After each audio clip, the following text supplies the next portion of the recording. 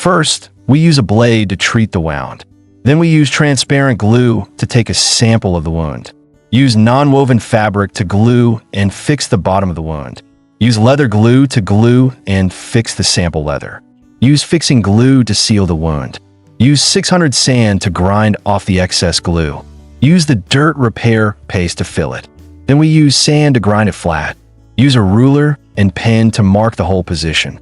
Use an awl to heat the hole at high temperature. Use a spray gun to dot the pattern. Finally, we spray the color and color fixer.